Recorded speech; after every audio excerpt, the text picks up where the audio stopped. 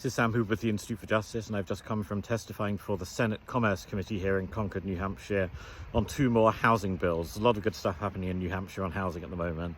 First of all was Senate Bill 282. So this is a single stair bill, as I mentioned earlier, similar to the one we saw in Montana, that would make it easy to build those kind of small infill apartment buildings that unfortunately you just don't see much of in America because they're illegal, because most apartment buildings built here require two staircases, two exits.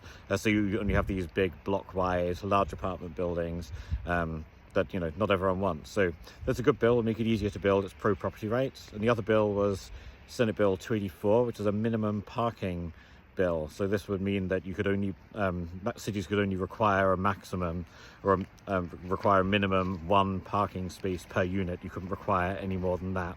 So a good step in the right direction. You know, we believe that the market should decide this, and developers are the ones that know best in terms of parking. So we believe that there shouldn't be parking minimums at all. But this is a good step in terms of reducing that. So again, having parking minimums that are too high can really disfigure the urban landscape of too much surface parking.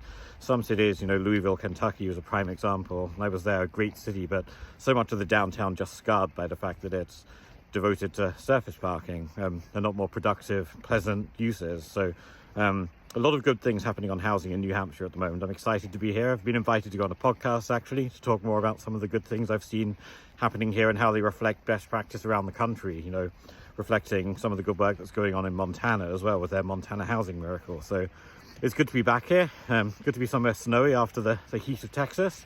And I'll check in with you again when I know where I'm going next. Who knows where in the country that might be.